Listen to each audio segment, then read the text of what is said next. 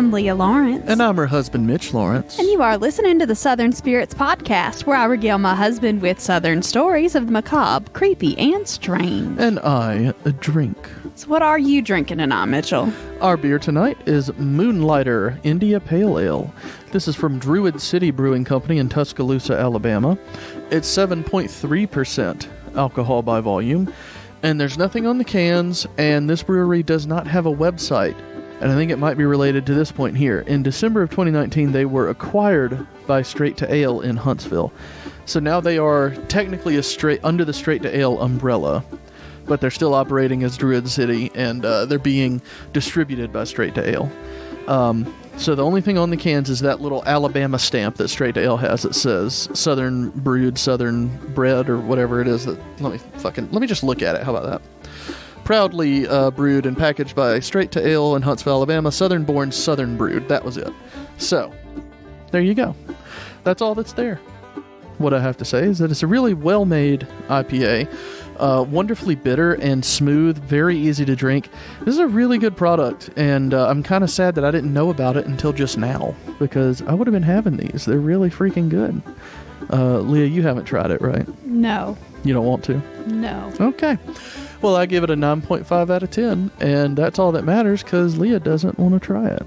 I have just felt very unwell the last day or so, and I don't think adding alcohol to that's a great idea. Well, you're not doing it right. I will not be partaking in the alcohol portion of this particular show this week, but, you know, more to come next week as long as I feel like it. And in that case, this is about to make Leah really happy, because our shot in the dark for the night is Shelta Cavern Spirits Gin. Huzzah! Leah does not have to drink that shit. We had it on just a couple of weeks ago, and I say it makes her happy because we normally just try to use the liquors twice before we take them out of rotation. So this should be the last time we use it, but I might bring it back as a specialty at some point. 'Cause you're mean. Yeah. The gin is not good. It's proudly distilled and bottled by Straight to Ale in Huntsville, Alabama. And this is just by coincidence that we're having both of these at the same time, because I didn't know that the beer was a Straight to Ale product. So there you go. It's 40% alcohol by volume. And like I said, a couple weeks ago, episode 115, How the Sparrow Got His Groove Back. If you want to hear the full review, it got a 5.5 out of 10. It's gin, and it's not good gin.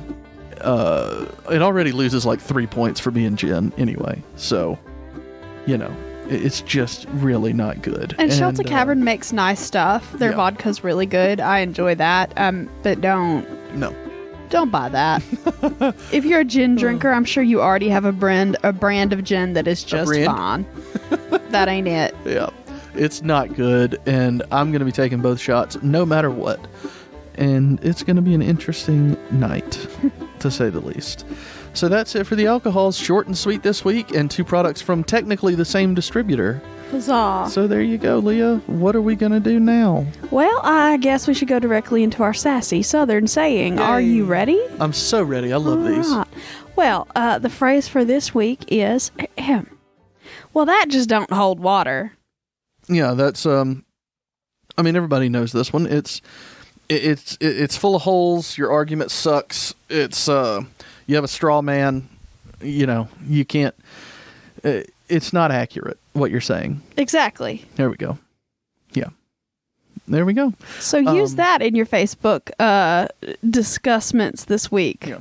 That just don't hold water. Yeah, and as I'm getting older, I've noticed that I'm not holding water very well either. I'm getting into my 30s, Leah, and the bladder. Is that a pee joke? Yeah.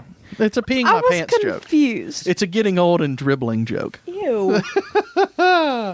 Everybody knows about the dribble. That's really gross, dude. Maybe you should see the doctor about that. Yeah.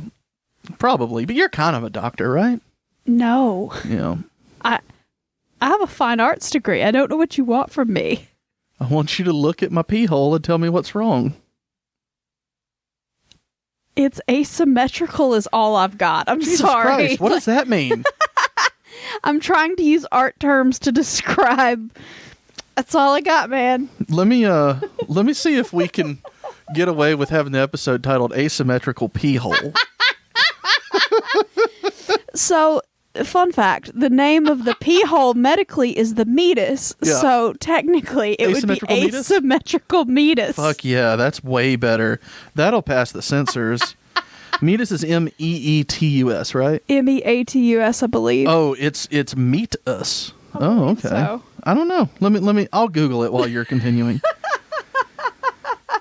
Let me see. No, the first thing that comes up on Google is the Meatus bug zapper when you type it in with 2 E's. So gross. I hope that's not the pee hole bug zapper. If you got bugs in your pee hole, you might need a zapper, is all I'm saying. It looks like you're right. It looks like it is an actual penis metaphor. Oh, the meaning of the word meatus is a passage or opening leading to the interior of the body. Yeah. So there you go.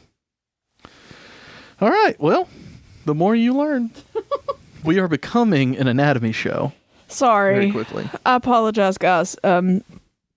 Yeah, I have a really, really vast amount of useless knowledge, and sometimes... It's not useless.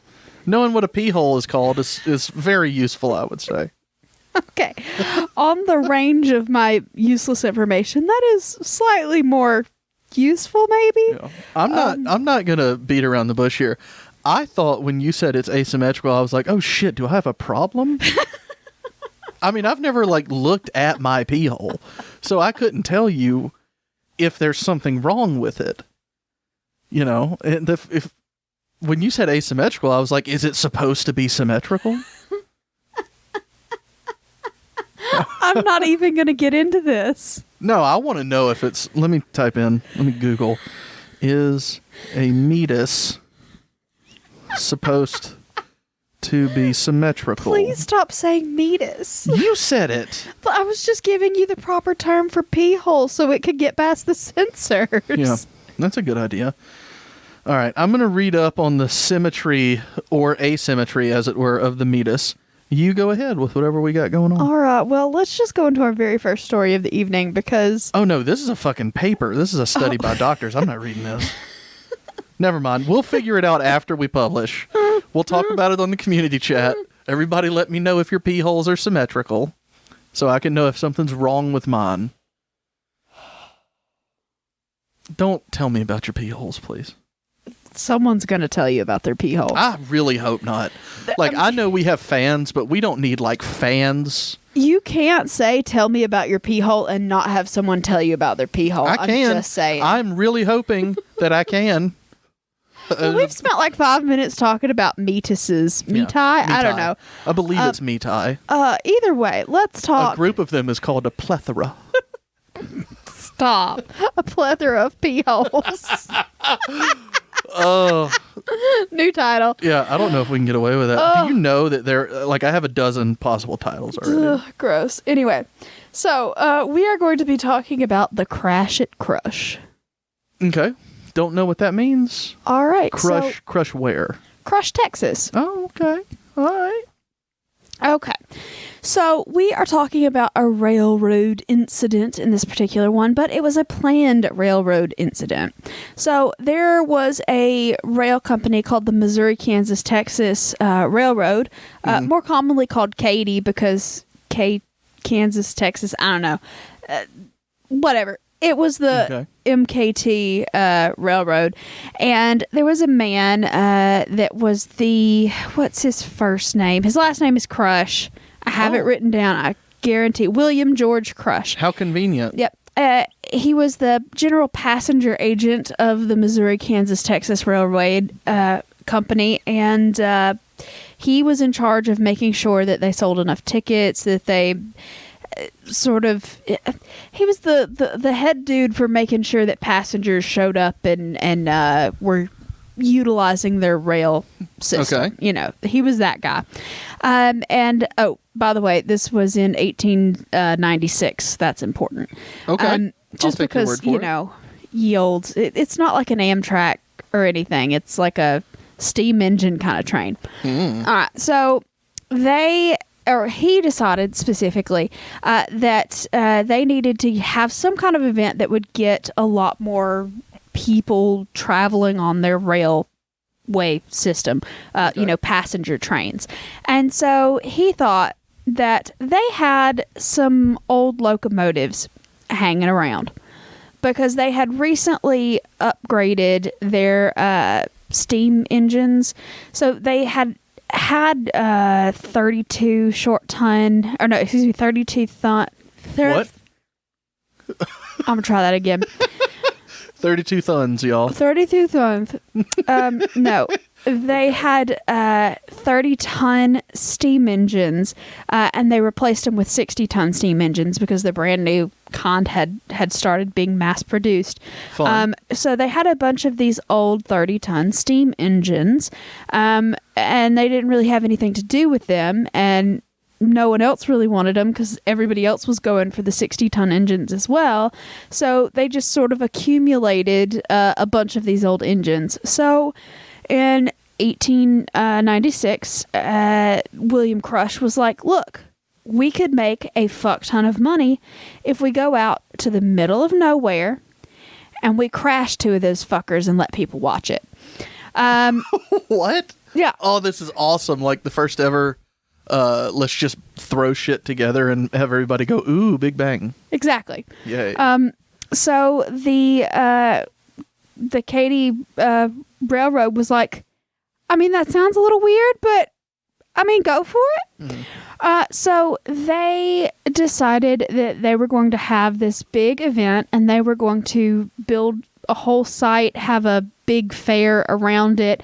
And the main culmination of the event would be 2 steam engines with 6 cars each crash into each other and let everybody watch. That sounds awesome. Yeah. So they picked a place 14 miles north of Waco, and it was called Crush, Texas, after William Crush, because he's the one that was putting it on, and he's not a narcissist or anything.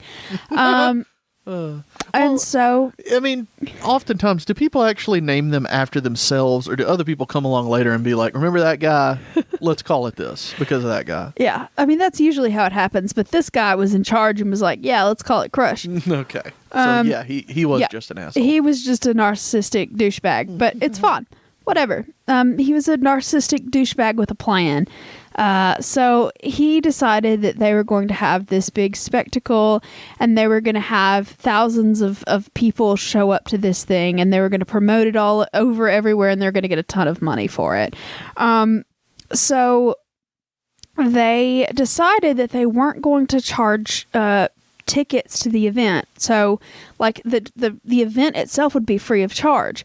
But here's the catch. Okay. You couldn't really get out to Crush, Texas without riding a railroad.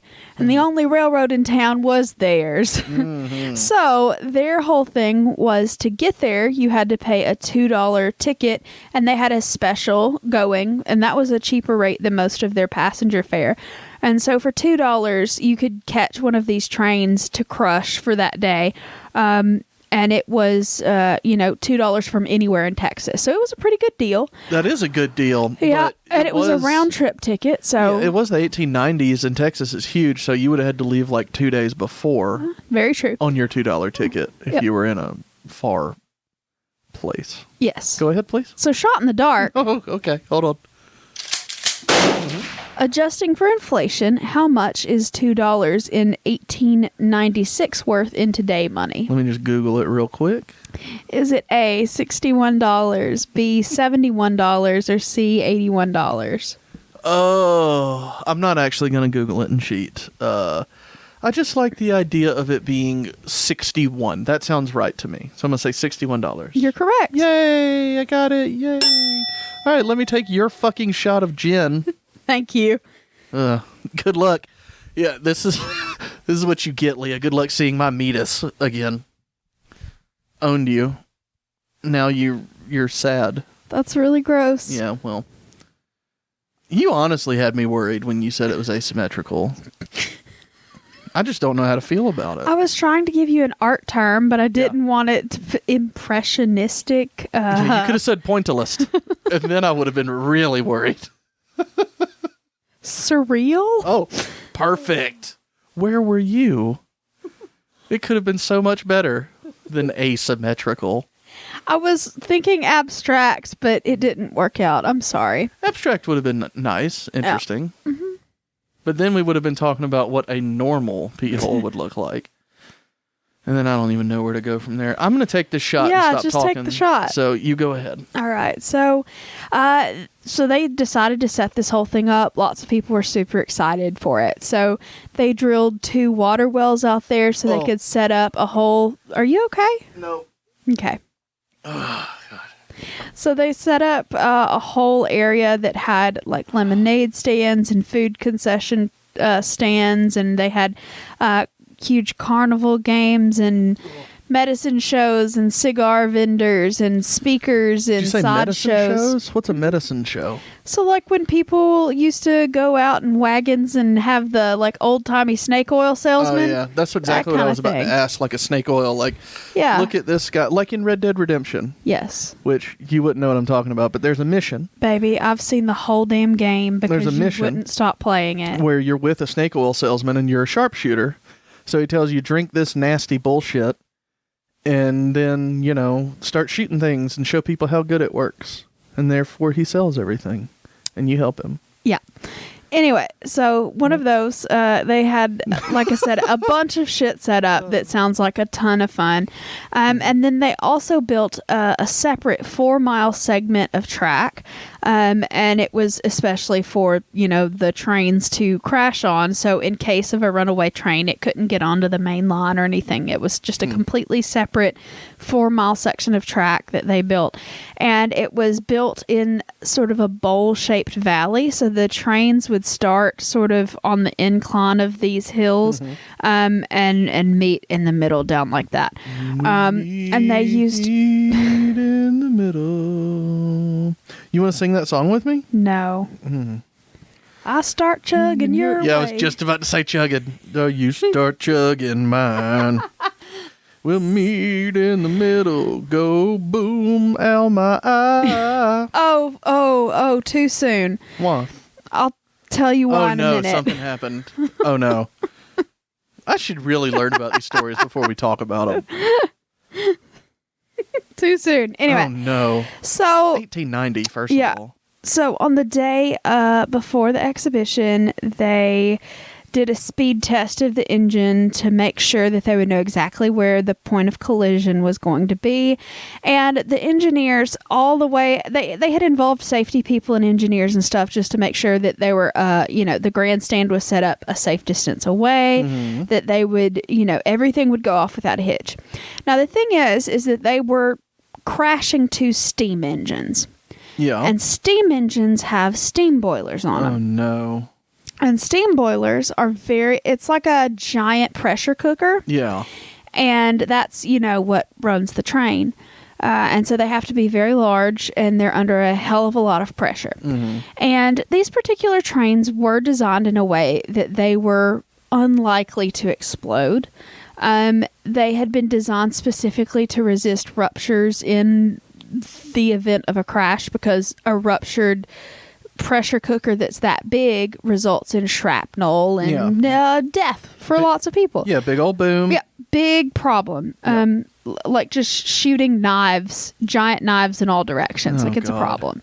And so Mr. Crush was a little concerned about that specific thing, but the engineers guaranteed him hey, they were designed to withstand this whole situation. Yeah, so this will be fun. It'll be fun. Nothing's going to happen.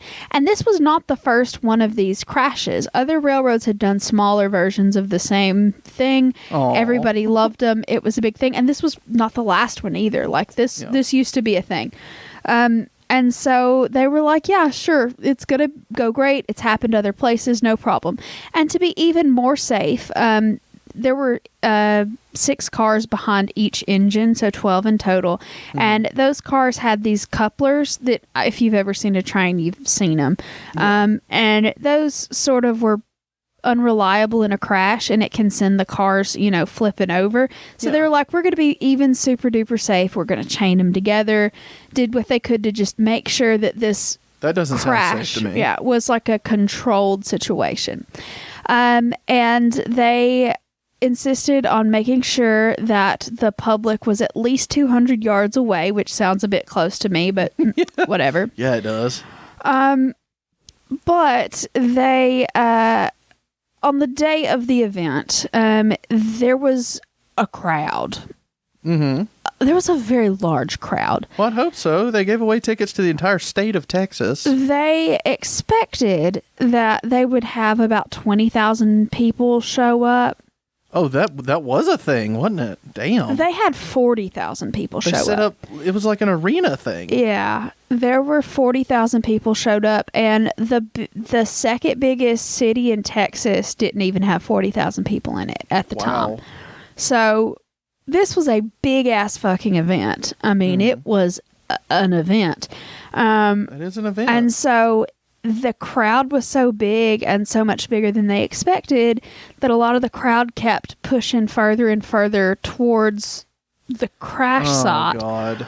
And That's why I hate people. Yep. And it was so bad that the crash itself was even delayed an hour because the crowd control police that were there were trying to push them back towards the 200 feet, or excuse me, the 200-yard distance. Yeah. And they just were like, fuck off, we want to be close to the train. You know what I mean? Like, we want to see it crash. I want to see it when it hits, you know. Why, though? So it took them a while, and they finally got them pushed back far enough away where the railroad folk were like, okay, let's just do it.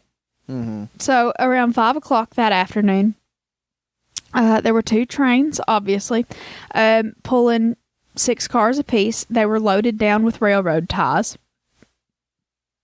Uh-oh, you burping over there? Yep. What's happening?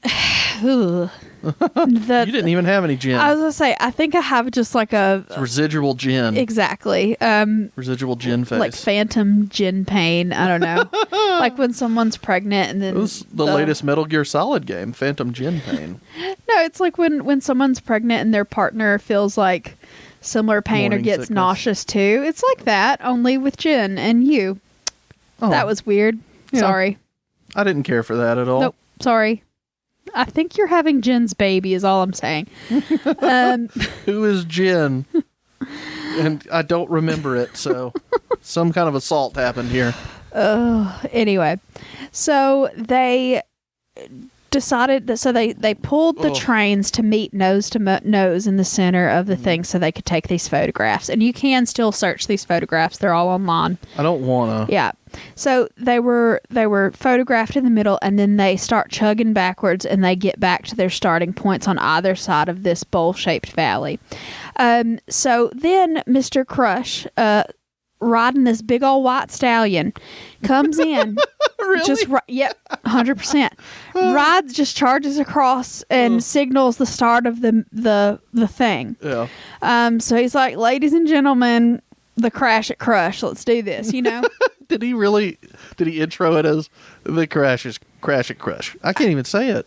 That's what the advertising billed it as, so I'm assuming yes. Okay. Interesting. But anyway, so they signaled the crew on each side, the engineers and the crew, opened the steam to the presetting, the whole thing, got it going, and they jumped out. They had a preset, everything, and they were out of the trains before they even got close to crashing. So both of the crews of the trains perfectly safe. And then this is what happened next. Oh, no. Now, I pulled a lot of this information from Wikipedia, and this is a quote from a newspaper that Wikipedia pulled. And I'm going to read it because it's fun. And it's from the Dallas Morning News, September the 16th. Let's see. It says, the collision of the 2 trains at Crush, Texas. It says indications are that the boilers exploded after the trains had collided and the cars had stacked up. The rumble of the 2 trains, faint and far off at first, but growing nearer and more distant with each fleeting second, was like the gathering force of a cyclone. Nearer and nearer they came, the whistles of each blowing repeatedly, and the torpedoes which had been placed on the track exploding in almost a continuous round like the rattle of musketry. They rolled down at a frightful rate of speed to within a quarter of a mile of each other. Nearer and nearer as they approached the fatal meeting place, the rumbling increased, the roaring grew louder. So basically, they hit each other like it was planned. Duh. Interesting. Yeah, so they each reached approximately 45 miles an hour, headed towards each other. This is the rest of the article. It said, a crash, a sound of timbers rent and torn, and then a shower of splinters. There was just a swift instance of silence, and then, as if by a single impulse, both boilers exploded simultaneously, and the air was filled with flying missiles of iron and steel, varying in size from a postage stamp to half of a driving wheel. Oh, no. Yeah. That's awful. So the worst case scenario did in fact happen. The boilers did in fact explode, and it hurt and killed a few people. So the debris just went fucking everywhere. And obviously the crowd starts panicking. Now, half of the crowd is terrified because they've been stabbed by flying shrapnel. The other half of the crowd is crazy as fuck, and they just wanted a piece of said flying shrapnel to take home as a souvenir. Yeah. Because those folks suck. Yeah, I would say so. There were, 2 people killed instantly, 6 others grievously injured, and then there was a photographer that was there as part of the press corps named Jarvis Dean of Waco, Texas, and he lost one eye to a flying bolt. Jesus Christ. And that's why I said too soon earlier, because he literally did lose his eye. God damn it, Leah. What? I said, God damn it, Leah. Sorry. That bothers me. Yep. So basically, it had completely collapsed the train. There was basically nothing left except for the very last car on each train. Both of those were completely unscathed. Oh, that's nice. Good. I'm happy to hear that. Yeah. So, obviously the story made national headlines because A, it was a huge event, and B, it was a huge event where a couple people died. So, it just got retold all over the country. And the Katy Railroad immediately fired William Crush. Just like, dude, this is your fucking fault. But all of the newspaper coverage was pretty positive, and they were like, yeah, it sucked that those guys died, but it was a really cool train crash. Everybody had a great fucking time. Jesus. So win some, lose some, and so silver linings. Yeah. And so since there was almost no negative feedback, they hired him back the next day, and he continued to work for the company until he retired. So he worked for that company over 60 years and was definitely responsible for the death of 2 people and the loss of an eye for that other guy, but whatever, it's fine. Yeah. I guess that's just okay. Yeah.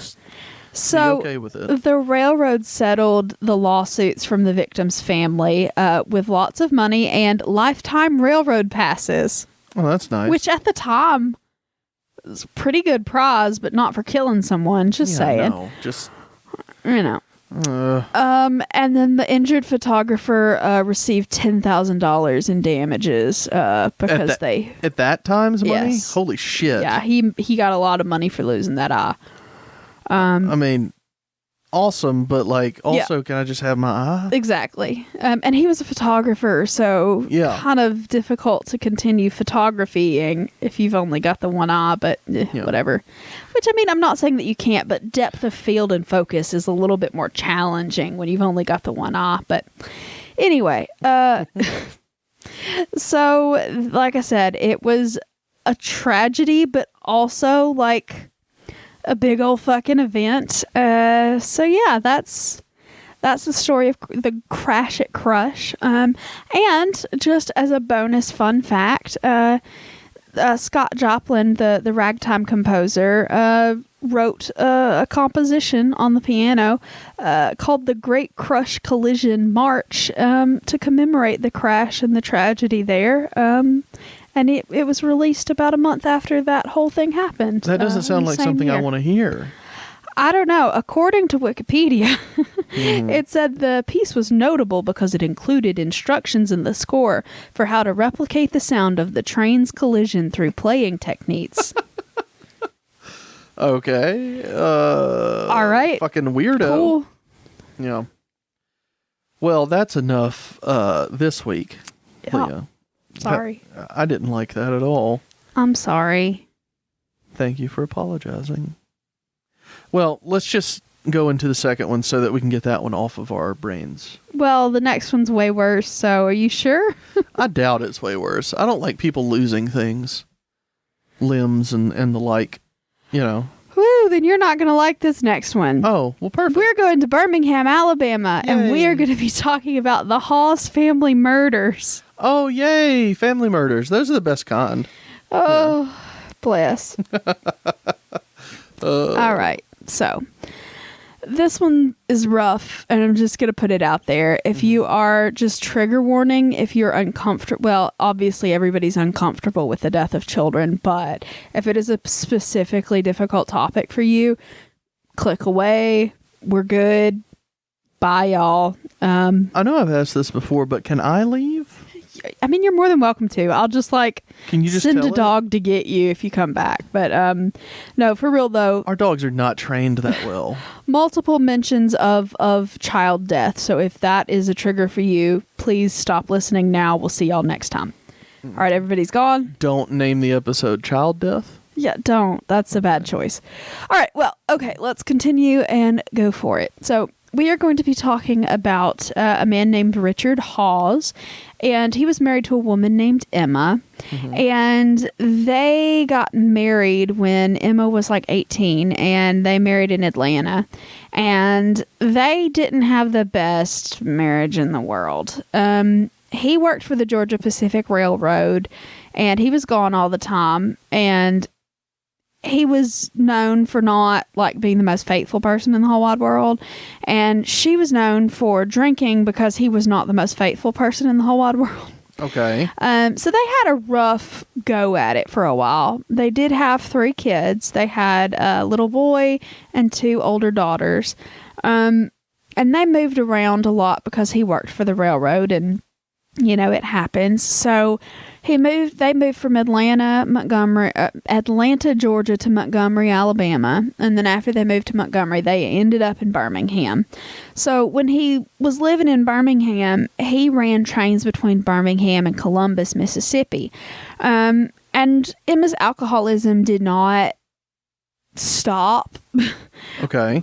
It just got worse, is what I'm saying. And their older daughter, May, was kind of the one that ended up taking care of most of the family most of the time, because her dad was never there, and when he was there, he was not a very kind person, and the mom was an alcoholic that really just didn't have her shit together. So like I said, May cared for most of the family. So it was May was the oldest, then Irene was the younger sister, and then the little brother, who was about 5 or so. His name was Willie.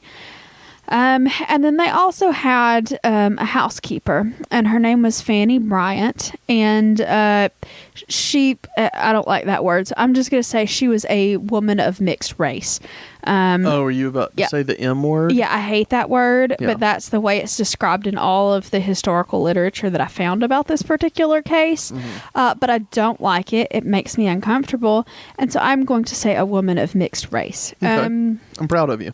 Yeah. But anyway, her name was Fanny, and like I said, she worked for the family, did laundry, cooked. Did you say the time frame of this yet? I did not, but it was 1888. Okay. All right. Good enough for me. Yeah. Okay. So that's sort of the background of this family. Now, there was a couple of boys that were hanging out in a local park on Tuesday, December the 4th of 1888. They were riding a boat, like a rowboat, on a little lake in East Lake, and their names were John Keith and Ben Colbolson. It's a weird name. You're doing great. Thank you. And they came upon the body of a young white female. Oh, God. And they were like, that's not good. And so they immediately... Smart boys. Yeah. So they got the body to shore. They laid it out and they went to the police. And so the police come and get it. The coroner comes and looks at it. And they believe that it was foul play. They definitely believe it's a murder at this point. So they decide that the best way to identify this little girl is to take her and lay her out at the Lockwood and Miller's funeral parlor. Fucking what? Yep. And they invited the public to come and look at her and see if anybody knew who she was. Yeah. That's fucked up. Yep. It's like a lost and found, but for a dead like, body. do you know this girl? Yeah. Yeah. So the claim this. Show us proof of ownership. Yeah. And the teachers at the local schools even dismissed their classes early so all the kids could come look and see if they knew who the kid was. What the fuck? Right? And so thousands of people came by in a couple of days to look at this girl to see if they knew who she was. Nobody did, but finally a local butcher in the neighborhood that this family lived in was like, yeah, I know that girl. She's the oldest daughter of Richard and Emma Halls. Her name's May. And they were like, all right, we know who she is now. Where are her parents?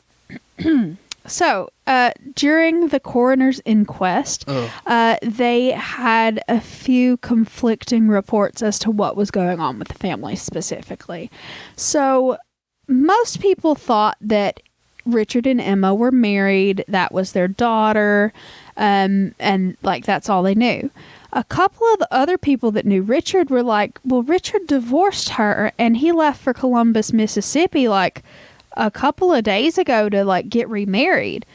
And their housekeeper, Miss Bryant, said that, I work in the Halls household and like I worked the weekend before they found the body, and she saw that Richard and May were helping pack up the youngest son, Willie, to go to Atlanta, and like that's the last time I heard or saw from any of them. So like count this bitch out, Okay.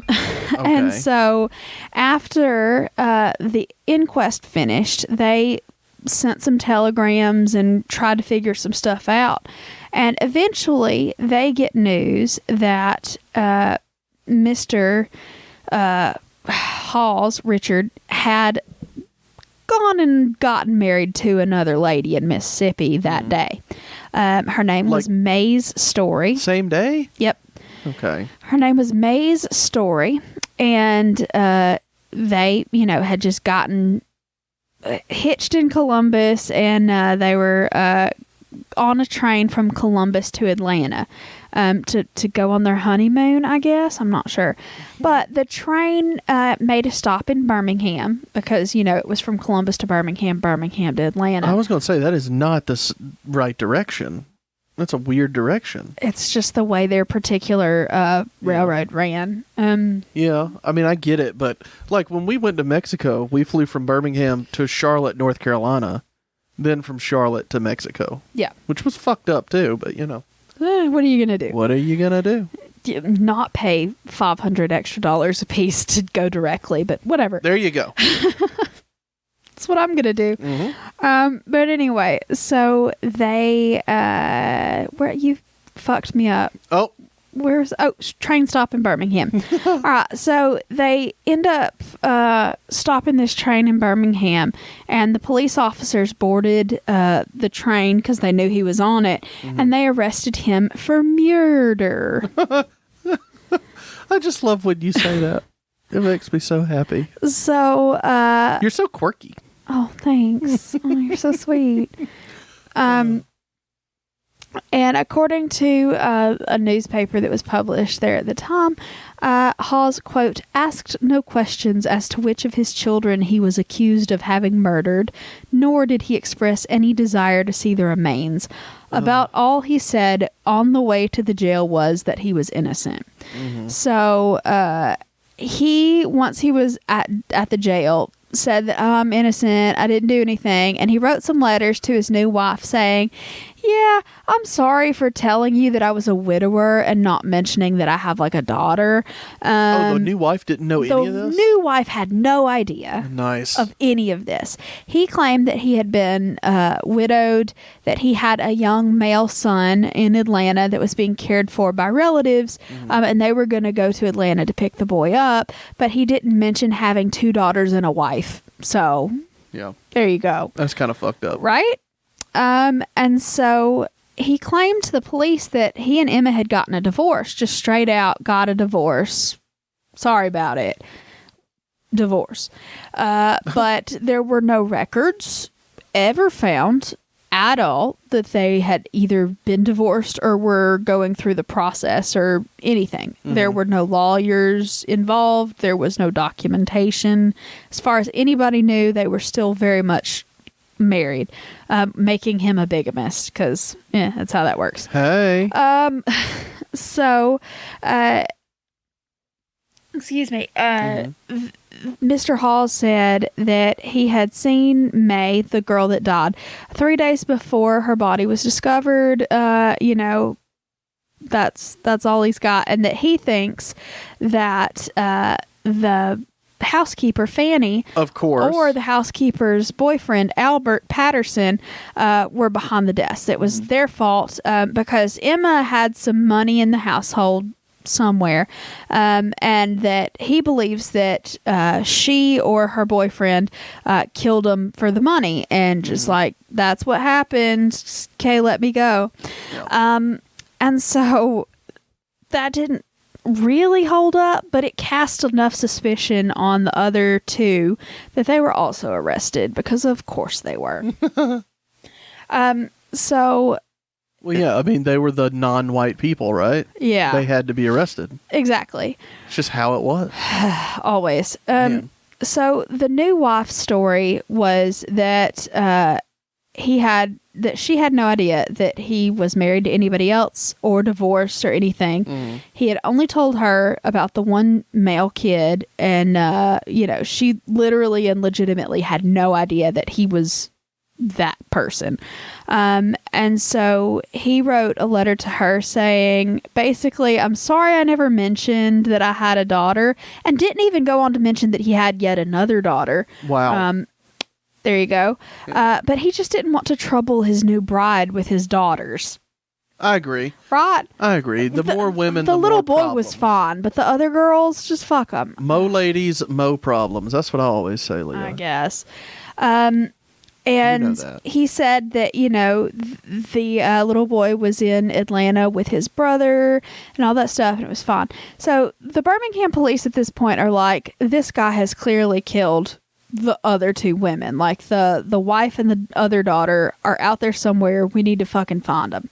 So one of the searches that they did led to, they found a freshly dug shallow grave in like a park area. Jesus. And they uncovered the body of a young black female child, and it was not the one they were looking for, so they just put her back and didn't investigate that murder. Put her back? They just fucking put her back. Well, okay, let me say this, though. It could have just been a burial. No, it was like noticeably foul play body. Okay. All right, understandable then. I was just saying, if they see like some disheveled dirt and go, let's dig here. Oh, there's a body, but it's not the body we're looking for. Yeah. Maybe somebody just buried their child. Yeah, like a home burial or someone that was poor that could not afford something else. Sure, fine, I get it. But like, this body was legitimately a body that shouldn't have been there and was disposed in a manner that suggested foul play. Right, okay. And they just decided to not the one we were going for. Yeah, just like they look around to see if anybody's watching, and then they just kind of shovel the dirt back on it. Let's just move on, fellas. Anyway. Oh, man. Oh, that's fucked up. Yeah. So, After that happened, they made a discovery of a bloody hatchet and a torn ribbon in a local park. It was Lakeview Park, which is now the Highland Park Golf Course. Yeah. And you asked me earlier if I've ever played there, and I was like, yeah, multiple times. Yeah, well, it turns out on Saturday, December the 8th, they dragged the lake, and they revealed that at the bottom of it, Emma Hall's, the wife's beaten and bloodied up body was weighted down with some iron scrap. And she was found there in the lake at the now golf course that you've played several times. Yeah. Funsies, right? I mean, I fucking guess, but not really. Yep. And so... But let's be honest. Bad shit's probably happened everywhere. Like, there was probably somebody murdered where we are now in this house. You know? Yeah, probably. I mean, at some point along the way. And they probably dug up the body and went, well, shit, this isn't what we were looking for. Throw the dirt back on it. And put a neighborhood here. So, after they found the body of Emma, they... So... There was a riot. That's just the best way to put it. Okay. There was a riot and a mob of about 2,000 people show up at the Jefferson County Jail, and they're like, that guy's a fuckface. We want you to hang him immediately. And the sheriff was like, we can't fucking do that, bro. Sorry. And the mob was like, yeah, no, you should probably hang him. He sounds like a douchebag. And so the sheriff was like, yeah, we still can't do that. Instead of just letting them stand out there, he issues shotguns and rifles to all of the prison guards and puts the prison guards on the roof. And after yelling at the crowd to go away and them just not going away, he ordered the people on the roof to shoot into the crowd. And these were legitimate live, bullets. And so 10 people got shot and killed in the middle of this riot over this lady. Okay. So that's another thing that happened. Yeah. Let's just make it worse, why don't we? Sorry. And then after the riot was over, they were like, we should probably really find that last missing person because we don't want another riot to happen. So they went back to the lake where the mom's body was found, and they dragged the lake a few times, but they thought for sure it had to be in there somewhere. So they drained the lake. And it took, I think it was the third day of draining the lake that they finally found Irene's body. And she was also weighted down with a bunch of iron at the bottom of that lake. So they got her out of the lake and they took her to the Lakeview Park Pavilion, and they examined her. They had the coroner show up and do that. And instead of telling everybody immediately, hey, look at this other body this douchebag killed, they decided it would probably be better to go ahead and directly bury her in the cemetery plot because we don't want another riot. So that's what they did. And so all three of those women were buried in a family plot in Oak Hill Cemetery. I think that's what it's called. The one in Birmingham. I don't know. There's a bunch of them. Yeah, but I mean, it's one of the larger I've never played ones. golf in that cemetery. I'll tell you that. I'm so glad. So the trial of Mr. Hawes began on Monday, April the 22nd of 1889 at the Jefferson County Courthouse, and it was presided over by a judge named Samuel Green, and he just was the judge. I guess. I don't know why I needed to tell you his name. That was dumb. Anyway, but basically there weren't any witnesses to the crime. So it was all pretty circumstantial evidence, and they put together the different pieces of the story. So according to Fanny, the housekeeper,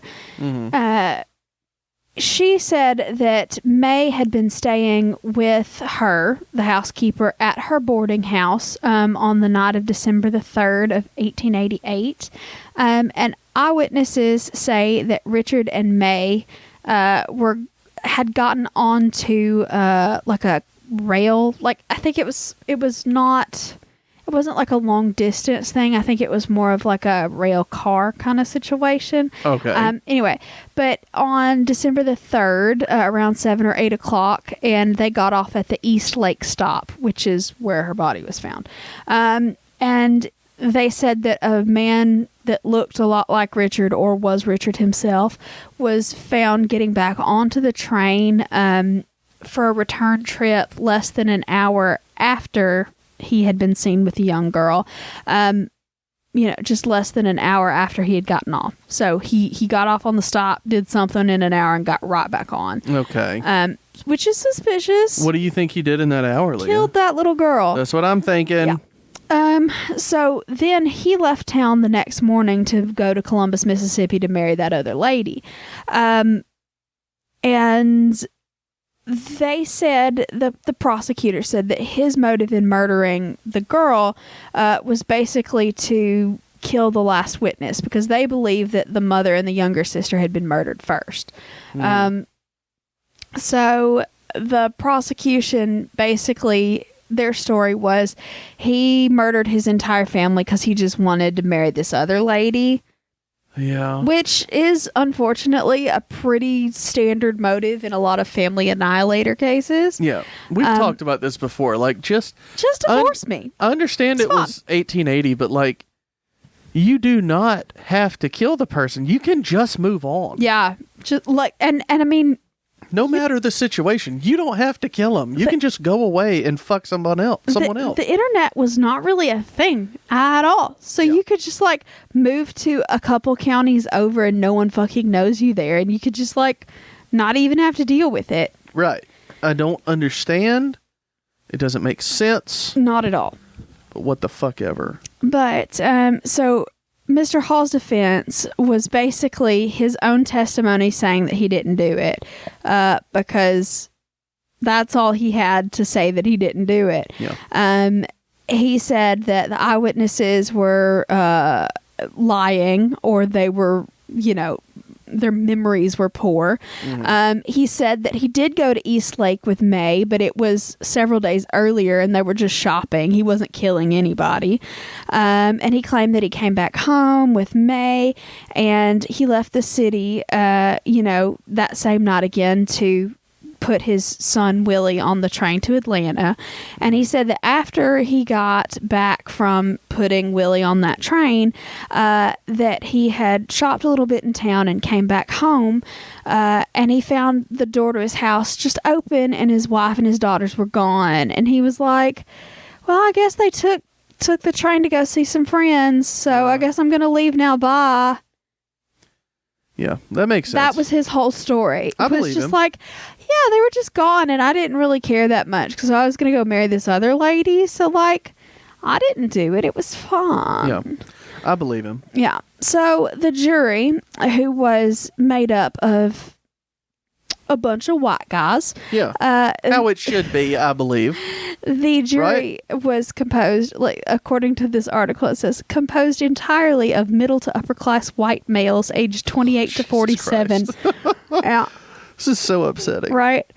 Anyway, they deliberated for 55 minutes and they decided on the death penalty. At least they did something right. I thought you were about to say. Out. No, they didn't let him off. This white guy didn't do this. When I was reading the article, I was prepared to be so pissed off. But, at least they realized that he was a douchebag. I thought that's what was coming. So, listen, y'all. Sometimes the white guys get it right. I take credit for this one. Anyway. So, they did appeal to the Alabama Supreme Court a couple of times. They were denied every time. And while they were waiting on the execution, apparently there was a circus owner from St. Louis who tried to pay the Alabama Department of Corrections some money so he could display the caged murderer in his sideshow. Oh, I'm fine with that. Let him do that. Somebody's got to make some money off this shit. Oh, yeah. So, they rejected that proposal, by the way. That's sad. They said, no, we're good. We're just going to kill him. So, he basically, during his last month in jail, he spoke with his brother Jim. And Jim, he admitted to Jim that he had paid one of his friends, John Wiley, to commit the murders. And he told the guard that there was a guard there at the time as well. That he was guard? Confessing to. Okay. And he told the guard that he initially had told Wiley to just kill Emma and Irene because I guess they were the bad ones. I don't know. Yeah. But then he realized that May also knew what had happened. And so he got May drunk and drowned her at Eastlake Park. To keep her quiet, I guess. And so the guard told everybody, hey, this is totally what he said in jail. And Halls was like, I did not. It's fine. So anyway, shot in the dark. Oh, fuck. Hold on. I forgot we were doing that. I don't want any more gin. What was Mr. Hall's last meal? Was it A, hamburger steak, boiled potatoes, and tea? Was it B, shrimp cocktail, side salad, and beer? Or C, steak, poached eggs, and coffee? All right. Before I answer, I want to let you know that for a very long time now, Alabama has not been doing that last meal thing. Yeah. A lot of states don't. Yeah, it's one of the few states that stopped doing it for a while because they were like, no, we're not going to give you something. No matter what it is, you can have the dollar that we spend to feed you a day. Yep. I want to say the hamburger steak one because that just sounds... Nope. Oh, that's the wrong word. I just realized I'm going to have to top step that. Oh. You said the D word, man. I did. Well, motherfucker. Let me just take this goddamn shot. All right. Well, his final meal was steak, poached eggs, and coffee, which was provided by the Palace Royale Hotel. Nice. Where's that? I have no idea. I don't think it's in business anymore. But it said he ate very little of it. And there was a local,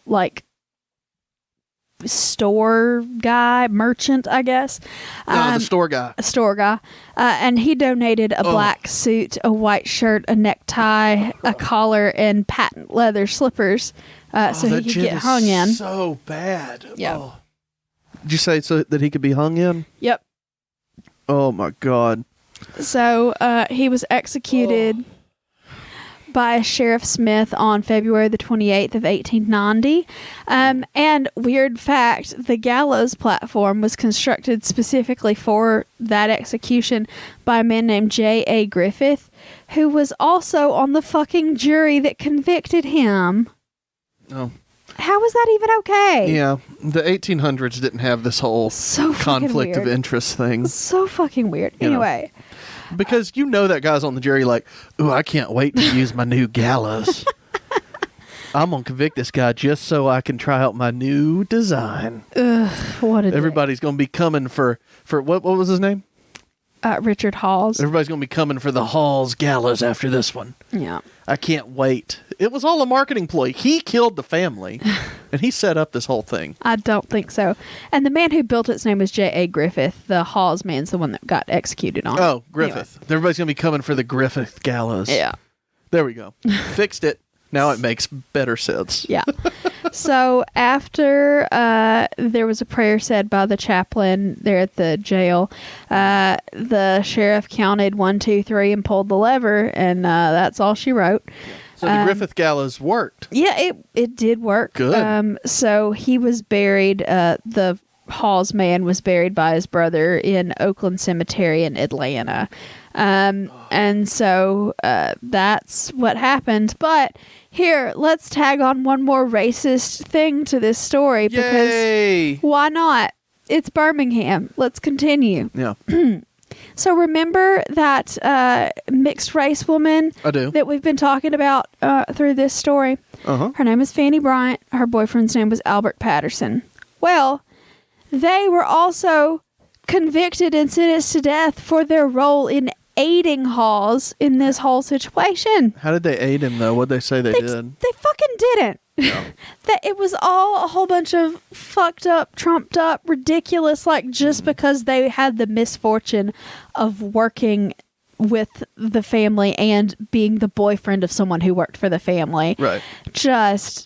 I hate everything. Well, I just want to know what was said that they did. And see, that's the thing. There's very little documentation about any of their plight or any of their trial because they were people of color in the 1890s and clearly no one gave a fuck. It makes me very mad. But anyway. I don't like it. They were both sentenced to death. Miss Bryant actually died in a prison riot before she was hung. Oh. And Mr. Patterson got a reduced sentence for testifying for the state in a different matter. Okay. And then they also tried to arrest John Wiley, who's the one that ostensibly murdered 2 of the 3 people. And they brought him to trial, but there wasn't enough evidence, so it got dismissed. The friend that he said he hired to do it? Yeah. Like they can... I'm sorry. I'm annoyed. Anyway. But anyway, like I said before, all 3 of the women that were murdered are all buried together in unmarked graves at Oak Hill Cemetery in Birmingham. Yeah. And no one really knows what happened to the little brother, but everybody thinks that he got adopted by the brother and just kept living in Atlanta after that. So, and most of that information came from the Birmingham Wiki, called Birmingham nice. Wiki. And it is a local wiki about, just the history of Birmingham, lots of famous figures and events and stuff that happened in Birmingham. And it's very interesting, especially their section about civil rights. It's a really neat little wiki.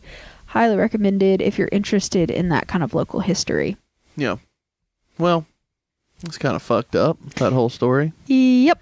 If any of you know the Birmingham area and don't know where Highland Park Indoor Golf Course is, it's kind of close to St. Vincent's Hospital. It's over in that area of Birmingham, which now is extremely populated, and it would be so fucked up if somebody could dump a body in one of the lakes on that golf course. Because, number one, it's fenced in, like heavily fenced in. So just imagining that happening is kind of weird. You know? Yeah, but you've played golf on a murder site. Yeah. I'm sure all the other places I've played golf have had people murdered on them, too. Keep in mind, most of them were like Native American land at one point. So. Well, everything here was Native American land at one point. Yeah. So I'm just saying, imagine all the people brutally murdered for no reason in the areas where I now get my recreation. Leah. Whew. What a way to end the evening. I don't know. Nope, we're just getting started. Y'all buckle up. Oh, no, can't do this anymore. How about we just raise our Sprites? Yeah, Leah's drinking a Sprite. I am. I had 2 shots of really bad gin, and I don't feel well. Well, I had a watered down Sprite. Yeah. I'm very happy for you. Hoist your paper cup high into the sky. Okay, and just a fair warning, this is a really bad toast, and I apologize. Don't warn us, Leah. You do it, I'll judge it. Who would have thought that crashing 2 trains would wind up a little bit messy? And who would have guessed that 2 huge explosions would make 40,000 folks stressy? If your brand new beau claims to be a recent widower, best beware because he may be the one that did it to her. See, that's the part that was bad. Oh, no, Widower Leah. did it to her. Oh, no. Yeah. Drink. I mean, drank enough that you forget that last stanza was real bad. This is one of those times when I need to look at you and go, oh, honey. Oh. Yeah, exactly. Oh, no. I don't feel good. Leave me alone. Yeah, blame it on that. Yeah. That's fair. Well, Leah, I thoroughly enjoyed that toast. Okay. Yep. Good. It was a good one. Well, I'm glad you enjoyed it. Yeah, it was pretty bad though. Yeah, it was. To be fair, some of my more recent toasts have been really good, and I just wanted to revert back to. No, you're right. You're right. You know, don't let the listeners start expecting shit. No, you've got to keep expectations consistently low. Yeah. y'all have not necessarily that, just keep people on their toes. Like, you've had good toasts, and now they're going to be like, oh, that one was shit. Like, I got to stay prepared. Yeah. For when Leah is going to fuck up the rest of the episode. Or when Leah decides that she doesn't want to write toasts anymore, so we just sing 2 choruses of Douglas the Confederate Camel. We're not doing at that. the end of every show. I can't believe you brought that back up. I don't know. It's been so long since we talked about that, and I'm very upset that it came back up. There are real Douglas fans out there. I need to get someone that draws to do a Douglas the Confederate Camel, like a free Douglas t-shirt or something for merch. What we need is a goddamn store, Leah. Leave me alone. I don't feel good. Yeah, I don't feel good today, so I haven't made the store that I promised to do in March.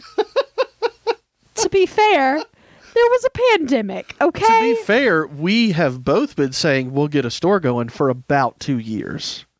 So it's not your fault. Well, let's see what the next 2 years brings, shall we? Yeah.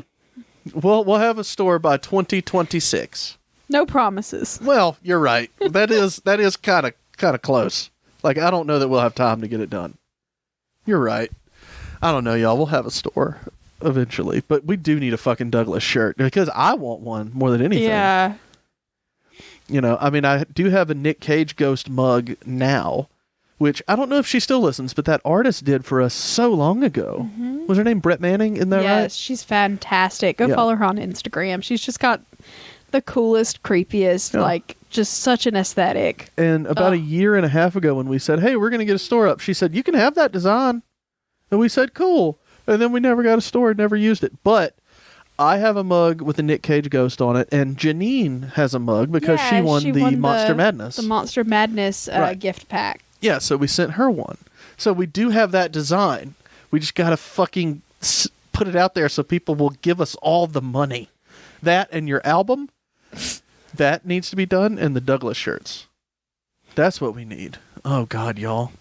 I'm seeing dollar signs all over the place. Like, literally, like $1 at a time. You should change it to, like, cent signs, because... Yeah, for real. But, like, I would love to get a store up, but I also don't want to charge people for shit. Yep. You know? So, like, maybe we'll get $1 of profit off of it or something. We'll see. I don't know. We need dog beds. We need stuff for everybody's pets. Oh, the gen's coming back. I'm so sorry. I think that is my cue to wrap this fucker up. Yes. What do you say? Yes. All right, Leah's done. She's not even paying attention to me anymore. So, thank y'all so much for listening to the Southern Spirits Podcast. Follow us on Facebook, Instagram, and Twitter, and tell us to create a store. Join the Facebook community chat where we are sharing the best memes on the internet currently. Send us an email, southernspiritspodcast@gmail.com. Join the Patreon if you want to support the show and give us more beer money. Patreon.com/southernspiritspodcast. And send us postcards. I almost forgot, Leah. Almost let it go by. P.O. Box 1743 in Hartselle, Alabama. That's HARTSELLE 35640. And I believe that's it, right? Yes. Am I missing anything? No. You think I got it all? You did. Were you paying attention, though? I was. All right. Well, we will see y'all next time. Bye, y'all.